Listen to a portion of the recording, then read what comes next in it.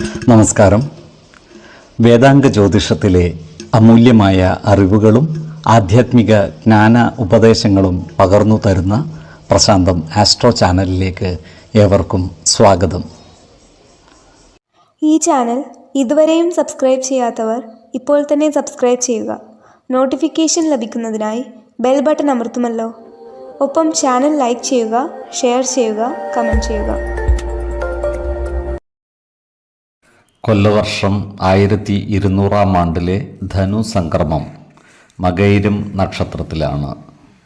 ധനു 1-ാം തീയതിയിലെ ഗ്രഹനില അനുസരിച്ച് മേടം രാശിയിൽ ഗുളികനും, എടവത്തിൽ സർവേശ്വരകാരകനായ വ്യാഴവും, മിഥുനം രാശിയിൽ ചന്ദ്രനും, കർക്കിടകത്തിൽ കുജനും, കന്നിരാശിയിൽ കേതുവും, വൃശ്ചികത്തിൽ ബുധനും, ധനുരാശിയിൽ ആദിത്യനും, മകരത്തിൽ ശുക്രനും, കുംഭം രാശിയിൽ ശനിയും, മീനത്തിൽ രാഹുവും സ്ഥിതി ചെയ്യുന്നു.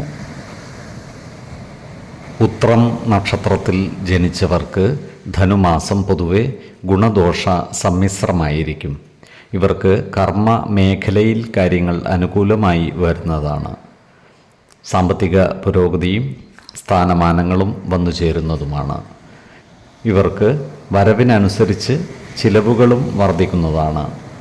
ഈ നക്ഷത്രക്കാരായ യുവതി യുവാക്കളുടെ പ്രണയകാര്യങ്ങൾ വിവാഹത്തിൽ കലാശിക്കുന്നതാണ്. എന്നാൽ കുടുംബജനങ്ങളിൽ നിന്നും അനുകൂലമായ സമീപനം ഉണ്ടാകുവാനുള്ള സാധ്യതകൾ കുറവാണ്. വീടു വിട്ടു താമസിക്കേണ്ടി വരുവാനുള്ള സാധ്യതകളും കാണുന്നുണ്ട്. ഈ നക്ഷത്രക്കാർക്ക് മനസ്സുഖം കുറയുമെങ്കിലും ആത്മവിശ്വാസം നഷ്ടപ്പെടാതെ മുന്നോട്ട് നീങ്ങുവാൻ ഇവർക്ക് സാധിക്കുന്നതാണ്. വാഹനങ്ങളുമായി ബന്ധപ്പെട്ട് പ്രവർത്തിക്കുന്നവർക്ക് അനുകൂലമായ കാലമാണ്.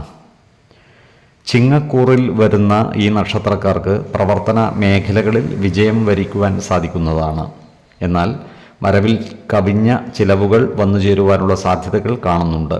അതിനാൽ സാമ്പത്തിക കാര്യങ്ങൾ കൈകാര്യം ചെയ്യുമ്പോൾ അതീവ ജാഗ്രത പാലിക്കുന്നത് ഗുണകരമായിരിക്കും. ഇവരോട് ശത്രുതാ മനോഭാവം വെച്ച് പുലർത്തുന്നവരുടെ എണ്ണം വർദ്ധിക്കുന്നതുമാണ്. അത്തരക്കാരെ തിരിച്ചറിഞ്ഞാൽ അവരുമായി നല്ല സ്നേഹസൗഹൃദ ബന്ധങ്ങൾ നിലനിർത്തുവാൻ പരിശ്രമിക്കേണ്ടതുമാണ്.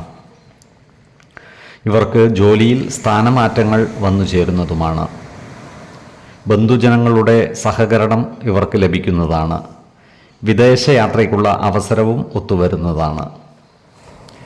കന്നിക്കൂറിൽ വരുന്ന ഈ നക്ഷത്രക്കാർക്ക് സാമ്പത്തിക നേട്ടം കൈവരുന്നതാണ്. ഇവർക്ക് ദാമ്പത്യ സൗഖ്യവും സന്താന സൗഖ്യവും ഉണ്ടാകുന്നതാണ്. ഏറ്റെടുക്കുന്ന കാര്യങ്ങളിലെല്ലാം വിജയം വരിക്കുവാനും ഇവർക്ക് സാധിക്കുന്നതാണ്. ശത്രുതാ മനോഭാവം വെച്ച് പുലർത്തുന്നവരുടെ മേൽ വിജയം വരിക്കുവാനും ഇവർക്ക് സാധിക്കുന്നതാണ്. ഈ നക്ഷത്രക്കാർ ആരോഗ്യകാര്യങ്ങളിൽ ഒരു പ്രത്യേക ശ്രദ്ധ പുലർത്തുന്നത് ഗുണകരമായിരിക്കും. 14, 19, 29 തീയതികൾ അനുകൂലമാണ്.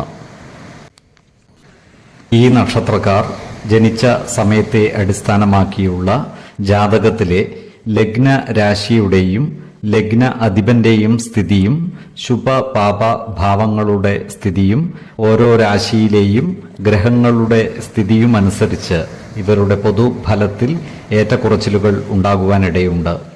കുടുംബ ദേവതകളെയും ഇഷ്ടദേവതകളെയും ഉപാസിക്കുന്നത് ഇവർക്ക് ആയുരാരോഗ്യ സൗഖ്യമേകും.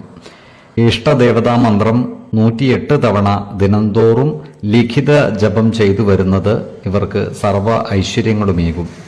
നല്ല വ്യക്തി സാധനകളോടെയും ഉപാസനകളോടെയും മുന്നേറിയാൽ സർവേശ്വരാനുഗ്രഹത്താൽ ഇവരുടെ സർവ്വകാര്യങ്ങളും മംഗളകരമാകും. നന്ദി, നമസ്കാരം.